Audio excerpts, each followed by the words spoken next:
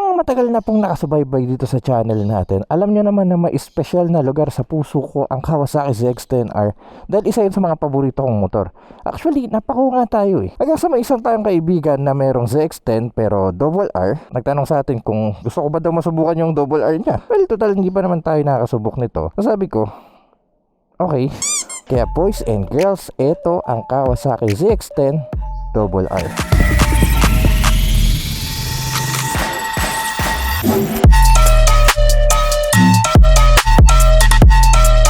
Bitch, I'm back. My name.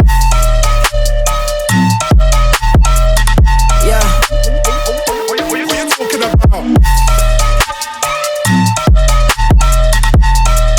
Bitch, I'm back. My name.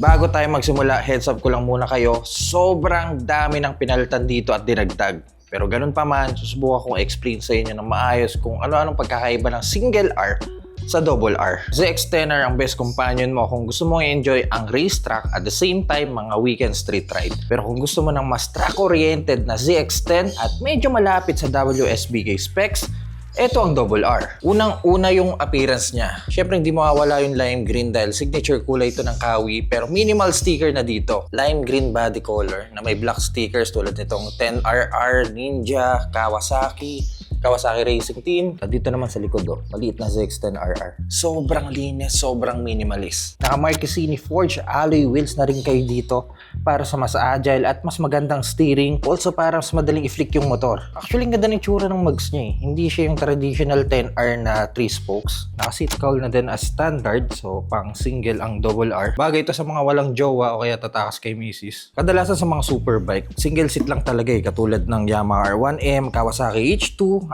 Ducati Panigale. Revised na din ang suspension settings sa double R. Naka-track-oriented settings. Mas malambot sa harap pero as you can see, nagpalit na siya to all-ins. Siguro yung owner mas sanay sa ganitong klaseng suspension. Pero as stock, naka 43mm Showa ang double R. So malambot sa harap pero pagdating sa likod, mas firm yung suspension settings. For the stock tire ng double R, gumagamit yon ng makapit na Pirelli Super Corsa SP. Pero as you can see, naka-street tire.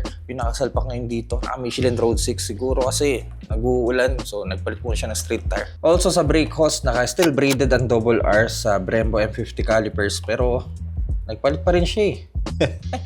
Actually, ang daming pinalitan dito. Pero ang pinakamalaking pagkakaiba ng double R sa single R ay yung components sa loob ng makina. Naka-lightweight titanium connecting rods, maging ang mga pistons. ZX-10R at ZX-10 double R ay parehas sumisipa ng 200 horsepower. Pero dahil sa mga lightweight titanium internals na nakalagay sa double R, ay mas madali niyang nare-reach yung peak horsepower na kaya mong laruin o pwede mong laruin hanggang 14,000 RPM. At isa pa, limited lang to sa 500. So medyo rare ang double R. Magkano mga ganitong klaseng motor? Kawasaki ZX-10R mabibili nyo to date for 1,019,000 pesos. Pero para sa double R, nagkakalaga to ng 1,550,000 pesos. Grabe no? Para nang kumuha ng isang ZX-10R at isa pang ZX-4R sa presyo. Bukod doon, halos wala nang nabago. Pares na design at styling ng single R at parehas ding 1,000cc ang displacement. Pero alam niyo kung anong nakaka-intriga? Kung paano mag-perform to sa daan. Kaya tara, labas natin. Tumangtingin itong. Makiri pa ay unang upo sa ZX-10R. Well, actually, pares lang naman to sa normal na ZX-10R. Styling, seat height and all, isa lang. Pero ganun pa man, sabi ko rin sa inyo, seat height is 835mm. We are 6 flat na may 34 inches inseam. At ganito ang tindig ko sa 10R. 10RR pala. Alam mo yung seat height niya, kumpara sa mga ibang liter bikes na nagsilabasan ngayon, medyo pwede pa siya sa lahat eh. I mean, tingnan nyo to medyo bend pa yung legs ko. Usually lalo na Panigale, tipto ako doon para bang nakatuwad na tayo sa motor. Well, actually, kumpara sa Farblade, mas gusto ko yung ergo nito. Kasi masyadong mababa yung tangke nun. Ito malaki. Kaya mas gusto ko yung mga grip ng legs natin dito sa 10R. Grabe, ang daming pinalitan sa motor na to. Well, mamaya isa-isay natin yan. Pero bago yan, gusto ko lang muna iparinig sa inyo ang tunog ng anong tambucho to? Arrow exhaust sa ZX10RR.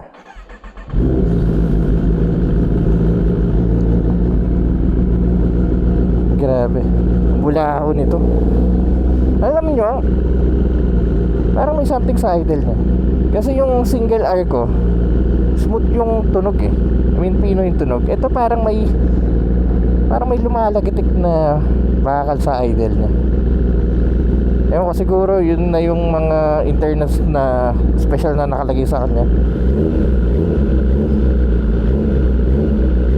Ayusin lang natin salamin. Bakit ganito ang salamin? May makikita ba tayo dito? Wala tayong kailangan ayusin. Nasa road mode tayo. Okay na ako dito. Tara, subukan natin sa daan.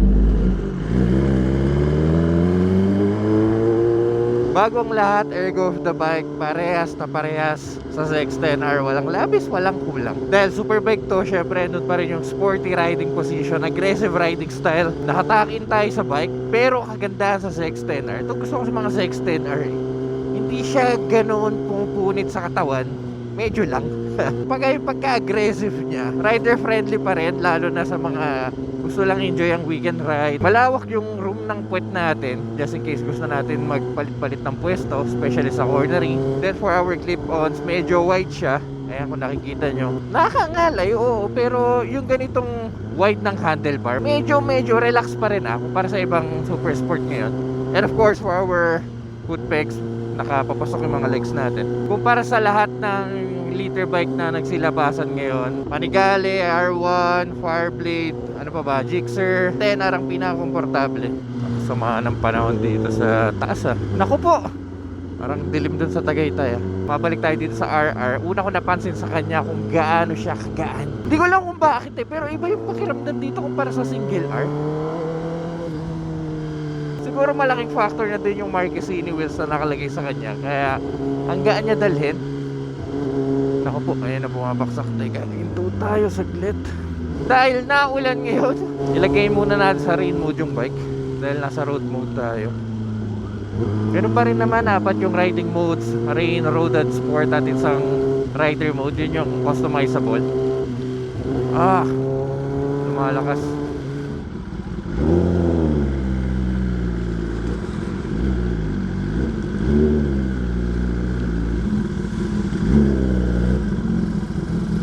Traffic ngayon dito sa Tagaytay. Paano natin masusubukan ang RR niyan? Engine heat ng bike, hindi siya ganun kainit.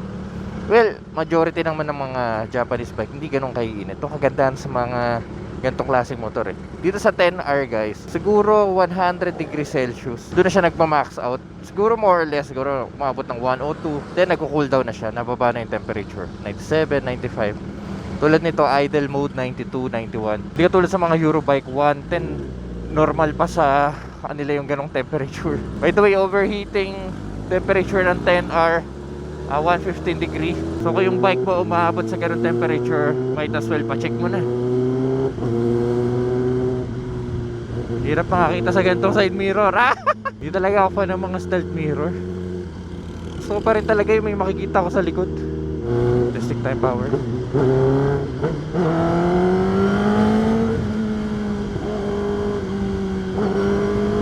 Grabe, galit na galit tong motor na to. Power niya halos parehas lang ng ZX10R sa low to mid RPM. Pero maganda sa RR, minax out nila hanggang 14,000 RPM yung power niya. So sagad kung sagad.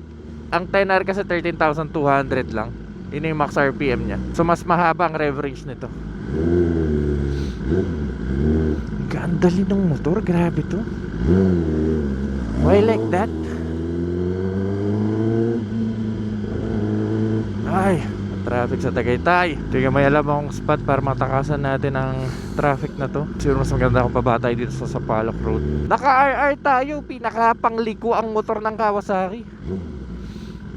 Yan, subukan natin dito. Puro twisties dito, tsaka wala tayong kasabay. Yun nga lang guys, pasensya na kayo at hindi ko masyado pipigay ng motor. Kasi yan, nakikita nyo pa yung basa na yan. Delikado.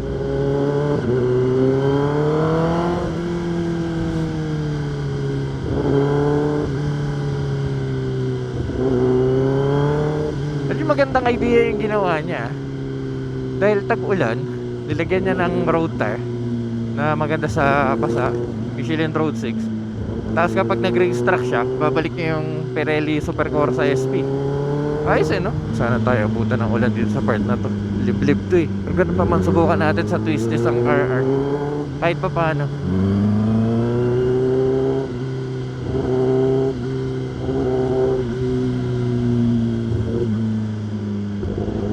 Ganong motor.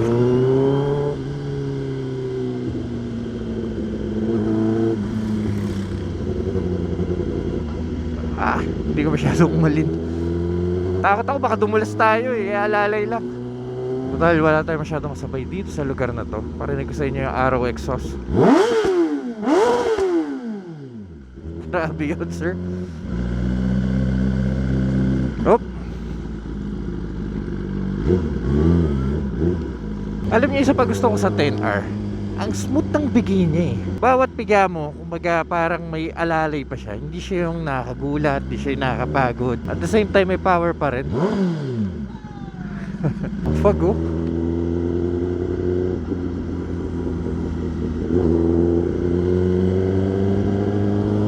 Baga pagpipigalan tayo, may smooth lang siya. Hindi siya yung, alam niyo yan,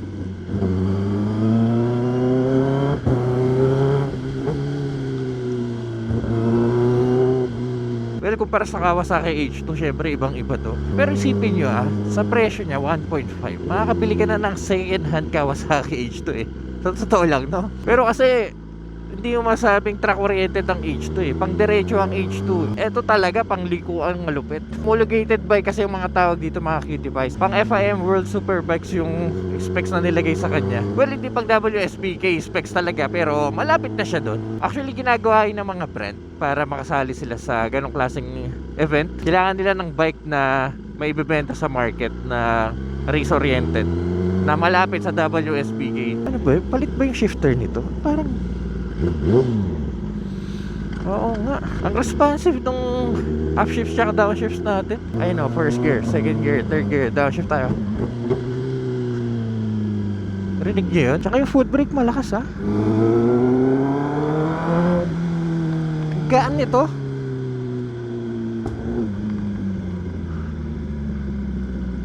Sayang lang di ko ma-maximize kasi basa yung daan. Medyo tuyo na dito.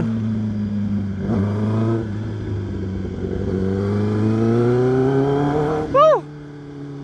Ganda ng view guys oh. Ito paboritong spot na to.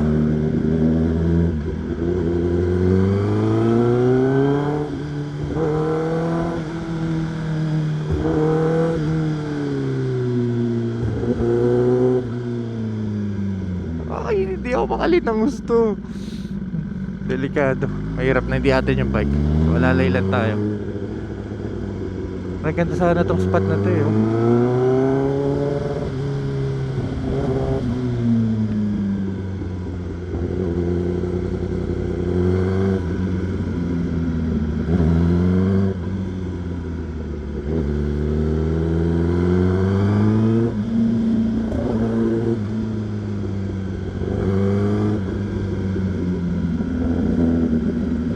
Ano? Mas gusto ko handling nito kaya sa single R.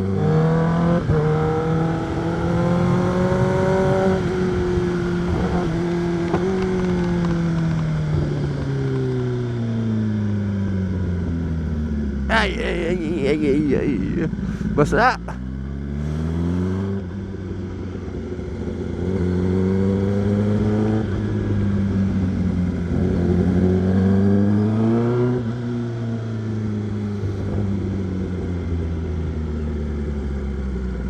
Pag-usapan natin saglit yung presyo. 1,550,000 pesos. Tulad nga sinabi ko sa inyo kanina, para ka nang bumili ng isang ZX-10R tapos isa pang ZX-4R. Pero worth it ba ang additional 500,000? Difference. Nakagulat naman itong mga sirang kalsada dito. Well, kung tutusin, nagbabari yan sa lalim ng bulsa mo eh. Tsaka may mga tao kasi na, alam nyo yun, yung feeling ng exclusivity. Tipong limited kasi yung bike, so, oy, ako lang meron yan. Yung mga ganong pakiramdam. Yung iba kasi gusto ng ganong pakiramdam. Ayaw nilang katulad. Ganda dito, oh.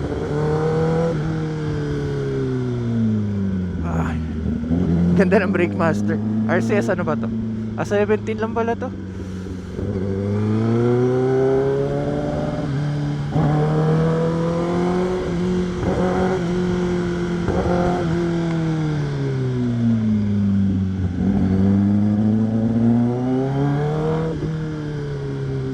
Ay. Nag-i-enjoy ako dito sa RR ah. Dito tayo dito sa ating favorite place to be. Tuloy natin yung pinag-uusapan natin dito. So Kawasaki ZX-10 RR for 1,550,000 pesos. Additional 500,000 kumpara sa normal or single R. Titanium rods, titanium pistons. Actually kahit yung valves niya naka Marquesini mags, seat cowl, at yung color scheme niya na lime green. Well, kung tutuusin, kung tatanungin nyo, depende rin kayo sa riding style mo. Syempre kung madalas ka mag-truck, dito ka. Pero kung gagamitin mo lang pang tambike, 10R na lang tapos bihisan mo, no? Mas magaan siya. Oo. Actually parang mas malakas nga yung power niya. Gigil agad siya sa low RPM eh. Speaking of ZX-10R, guys, paparating na po ang bagong 10R at RR. So abangan natin yan. Probably second quarter ng taon, siguro mga April or May. Yun ang balita sa atin. At ngayon sa mga hinihintay nyo, yung mga upgrades o add-ons na nilagay dito. Pisa natin sa mga accessories sa harap. Front end, unang-una, itong stealth mirrors na halos wala tayong makita kanina sa daan. Ang hirap gamitin ito, grabe. Pero ang pogi, di ba? Alam nyo itong mga ganitong klaseng side mirror, guys. Rizoma stealth mirrors. Ang pagkakaalam ko, ang sabi lang sa akin, 20 to 25,000. Isipin nyo, ganito kaliit.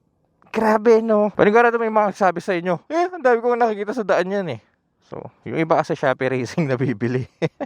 Ito urig to, guys. Actually, dito sa motor na to, wala kang shopping parts na makikita dito. WRS windshield, medyo mababa siya. Smoke windshield. Then sa harap, ayan, may mata siya. Ano to? Ba't may maliit na ilaw dito? Signal light. Kasi kinancel niya yung side mirror. Ang liit May camera dito. Kasi may chigi. Naglagay siya ng camera. Guys, tignan nyo. Yan ang itsura niya. So, every time ka-drive kayo, wala mong side mirror. Maliit man yung side mirror nyo. May camera naman kayo sa likod. Yun nga lang, guys. Dahil masyado siyang mababa. Tendency, kung gusto mong makita yung mga nasa likod mo, kung silip ka dito, yuyuko ka pa ng gusto. So, bulag ka sa harapan mo. Pero anyway, at least may ganitong accessory siyang nilagay. Steering damper, stock to. RCS17, Corsa Corta, Brembo Master Cylinder, Domino grips, carbon lever guard. Ito pinakamatindi, guys. All-in suspension. Di ko alam magkano yung kuha niya dito. Alam niyo maganda na yung suspension ng 10R eh. Grabe. Tapos pinaltan pa nito. Itong Brembo calipers, alam ko yung stock to. Brake lines, nagpalit siya. Kalimutan ko yung tawag dito. Ang dami nito, yan. Then, mga light tech na sliders, axle sliders, frame sliders, quad lock. Ano to? Naglagay siya. Siguro naglagay siya ng bag. Tank pads at tank grips. Pinalitan niya rin. Dito yung stock eh. Then, carbon sa frame. Naglagay siya. Ito nakaka-intriga. Itsura ng foot pegs niya. Parang pang stunt na eh. Laki, no? Shifter pala. Oo, binago niya. Kaya pala, iba yung pakiramdam ng shifter. I mean, nasa kabila yung shifter, pero palit na rin pala to. Kaya pala iba yung feeling. Then, for the exhaust, Aero Pro Race ata to, na may carbon guard. Then, naglagay din ng carbon sa swing arm. Grabe loaded, no? Sa gulong, dahil nakita nyo naman yung panahon. Gulo-gulo ng panahon. So, naglagay siya ng Michelin Road 6 para maganda sa mga basang kalsada. Chain cover, then fender mudguard, nagpalit din siya. Tail tie, this is TST. Big shoutout to JYP dahil sila po nag-build nitong 10RR na nasa harap nyo ngayon. And also big shoutout to Wiltec Nueva Ecija, especially kay Boss Rosco at kay Boss Philip. Yun, mga bossing natin yan, mga sir, sana makapag-ride tayo soon. Next time nga, bisita tayo, Wiltec Nueva Ecija, no? So that's it for our first ride dito sa RR. Sa wakas nakasubok din tayo nito. Tagal ko nang gumagamit ng 10R. Ngayon lang ako nakatry ng double R. Enjoy lang muna natin yung view. Kalmado yung panahon dito eh. Ito ang paborito kong spot guys eh. Kasi napakatahimik. Tsaka wala masyadong tao. Mag-isa ka lang dito eh. Ang ganda pa ng daan. Lalo na kung tuyo yun. Ang sarap mag-ride dito. Sarap mag-unwind. Dahil sa ganitong view pa yung makikita mo. Yun nga lang guys, walang signal dito. Hirap signal sa part na to. Kaya ingit lang baka mahuli kayo dito. So guys, this is our review with the double R. Kung may 1,550,000 pesos ka, kukuha ba kayo nito? O mag-stick kayo sa Yamaha R1M, Gixxer, o kaya sa Fireblade? Let me know in the comment section down below. Also, abangan natin yung bagong 10R. Excited ako masubukan yun eh. Kaya mga kitipayas, kung nag-enjoy kayo sa video na to, kindly leave a like. At kung mahilig kayo sa mga ganito content, huwag kayo mag-alala dahil nasa tamang channel kayo. So make sure to press that subscribe button dyan sa baba. Ganda ng spot to. Man, see you po sa next content.